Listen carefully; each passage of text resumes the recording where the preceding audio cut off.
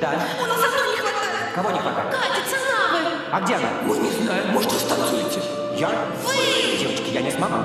Заплачь. Девочки, я не смогу.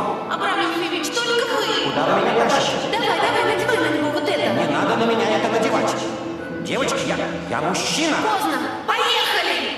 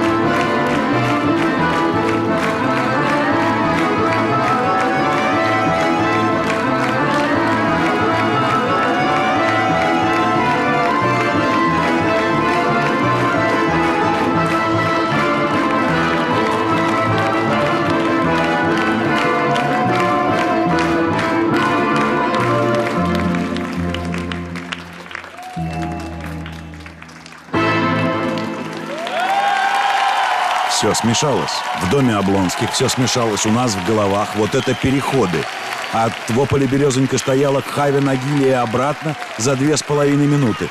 Какую смелость надо иметь, чтобы придумать вот такой танец. Здорово получилось, причем я не знаю, когда у Марата Башарова получалось лучше. Когда он был в женском платье или когда в костюме еврейского бухгалтера. Смело и очень смешно. И, кстати говоря, с точки зрения фигурного катания, это отличное выступление, потому что все было сделано в таком высоком темпе, что дух захватывало. Ну, недаром эта пара «Краса и гордость» ледникового периода.